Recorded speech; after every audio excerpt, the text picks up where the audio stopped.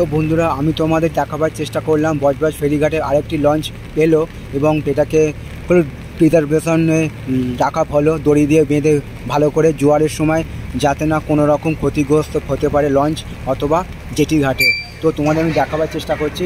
বৃষ্টিপাত শুরু হয়েছে এবং শুরু হওয়ার ফলে লঞ্চ বা ফেরি সার্ভিস চলাচল স্বাভাবিক আছে, তার ওপর কোনো প্রভাব পড়েনি। আরেকটি লঞ্চ এলো, এখানে সংরক্ষিততে রাখা হলো যাতে অপর লঞ্চ খারাপ হয়ে গেলে এটিকে চালানো যায়, এবং তারই একটা ছবি আমি তোমাদের সামনে দেখাবার চেষ্টা করলাম। বজবজ ফেরিঘাট খুবই একটি গুরুত্বপূর্ণ ফেরিঘাট। দেখো বন্ধুরা, লঞ্চ ছেড়ে দিচ্ছে এবং তারই একটা ছবি আমি তোমাদের সামনে দেখাচ্ছি।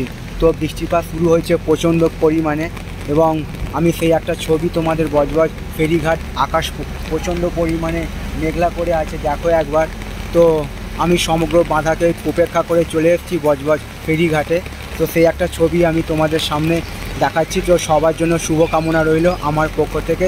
আজকের দিনটা এবং আগামী দিনগুলো আরও আনন্দময় হয়ে উঠুক, এইটুকু আমি ভগবানের কাছে প্রার্থনা রাখলাম এবং সবার জন্য সুস্বাস্থ্য কামনা করলাম।